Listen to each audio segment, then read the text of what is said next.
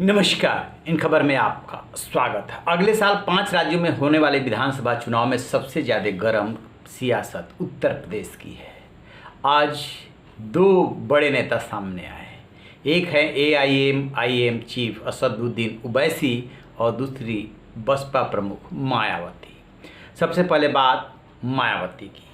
यूँ तो प्रबुद्ध सम्मेलन कहा जा रहा है, लेकिन वो दरअसल है ब्राह्मण सम्मेलन। लखनऊ में वो रूबरू हुई और फिर उन्होंने बताया डंके की चोट पे कि क्यों तो उन्होंने अपने राज्य में महापुरुषों की प्रतिमाएं लगवाई और पार्क बनवाए, और क्यों अब वो आएंगी तो सिर्फ विकास कार्य करेंगी। पहली बात।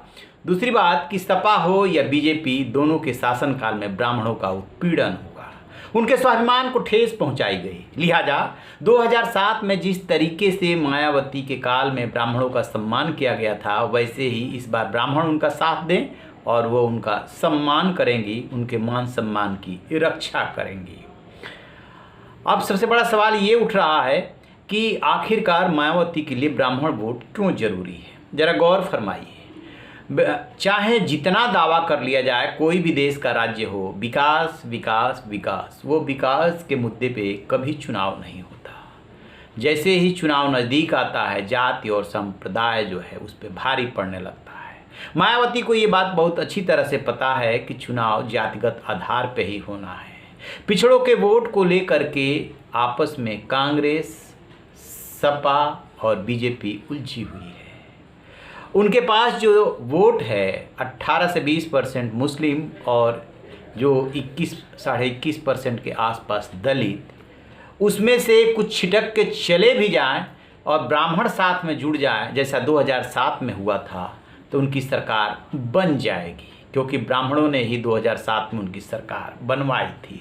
ब्राह्मणों की खासियत ये है कि समाज में उनका प्रभाव है, प्रबुद्ध है, तो अपने यदि वोट देते हैं तो साथ में 2-3% वोट प्रभावित भी कर ले जाते हैं, अपने साथ जोड़ लेते हैं। यही मायावती का पूरा गणित है कि दलित, मुस्लिम और ब्राह्मण।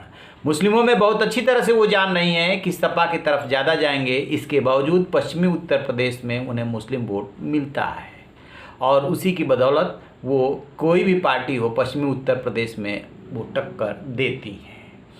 ब्राह्मण बीजेपी से क्यों नाराज हैं, क्यों ये भुनाना चाहती है, तो आपने गौर किया होगा कि योगी राज में ब्राह्मणों के खिलाफ कई घटनाएं हुई और उसमें कार्रवाई बहुत कम हुई। योगी की इमेज जो है वैसे भी ब्राह्मण विरोधी मानी जाती है कि नहीं है और कितना है, या मुख्यमंत्री बनने के बाद कितना बदल गए हैं, ये योगी जी ही बता पाएंगे। लेकिन अपने इर्द गिर्द ब्राह्मण जो नौकरशाह हैं उनको रखा है ताकि इमेज खराब ना हो। लेकिन मायावती जान रही है कि अंदर से ब्राह्मण योगी सरकार से नाराज हैं। इसीलिए योगी सरकार के विस्तार में ब्राह्मणों को एडजस्ट करने की बात हो रही है। जितिन प्रसाद जैसे लोगों को लेने की बात हो रही है जो हाल ही में बीजेपी से आए हैं। अब कितना उनका अभियान सफल होता है, अभी हाल में जो सर्वे हुए हैं उसमें तो उनको 16-17 सीटें दी जा रही है, बहुत कम सीटें दी जा रही है। लेकिन ये सबको पता है कि मायावती ऐसे सर्वे की परवाह नहीं करती है। दूसरा सवाल था कि क्या वो लखनऊ से ही राजनीति करेंगी, क्यों नहीं बाहर निकल रही है। ठीक है कोरोना है, लेकिन ऐसे काम थोड़े चलेगा, उसका भी उन्होंने जवाब दिया कि यदि मैं लखनऊ से बाहर निकली होती, फरवरी से ही मैं यहाँ पे हूँ, तो मैं जानती हूँ कि बीजेपी सरकार जो है हमारे कार्यकर्ताओं के खिलाफ कोरोना नियमों के उल्लंघन के आरोप में मुकदमे दर्ज कर देती है। हमारे कार्यकर्ता और नेता जो है अदालतों के और पुलिस के चक्कर काटते रह जाते हैं। लिहाजा मैं जानबूझ करके बाहर नहीं निकली और लखनऊ से ही संदेश देती रही, ज़रूरत पड़ेगी तो बाहर भी निकलूंगी, आप लोग संगठित रहो और बीजेपी को हराओ। अब बात दूसरे नेता असदुद्दीन ओवैसी की। ओवैसी जो है बिहार में जब से 5 सीटें मिली है, महाराष्ट्र में सफलता मिली और राज्यों में छिटपुट सफलता मिली है, उन पे आरोप लगता है कि बीजेपी की बी टीम है वो आज ऐलान कर गए कि 100 सीटों पे चुनाव लड़ेंगे। जब सवाल पूछा गया कि क्या आप जो है सपा को या अन्य जो धर्मनिरपेक्ष वाले दल हैं उनको हराने के लिए आए हैं, तो उन्होंने कहा कि ये कहाँ संविधान में लिखा है कि हम चुनाव नहीं लड़ सकते, क्या हमारा चुनाव लड़ने का अधिकार नहीं है। फिर उन्होंने अपनी सफलताएं गिनाई और ऐलान कर गए कि हम 100 सीटों पे चुनाव लड़ेंगे और सिर्फ मुस्लिमों को नहीं अन्य वर्गों के लोगों को भी टिकट देंगे। वो जानते हैं, अपनी ताकत जानते हैं कि उनकी ताकत मुस्लिमों में बसती है और जहाँ कहीं उन्हें एक तरफा वोट मिलेगा वो जीतेंगे। बीजेपी तो यूँ एआईएमआईएम चीफ के आने से खुश है, क्योंकि आपको याद होगा कि मुख्यमंत्री योगी आदित्यनाथ ने असदुद्दीन ओवैसी को बड़ा नेता बताया था। जब वो चाह रही है बीजेपी कि किसी तरीके से जो ध्रुवीकरण हो उसमें मुस्लिमों का एक बड़ा चंक ओवैसी की तरफ जाए, एक चंक बीएसपी की तरफ जाए, कुछ कांग्रेस की तरफ जाए और जो बीजेपी विरोधी वोट हैं वो बटे।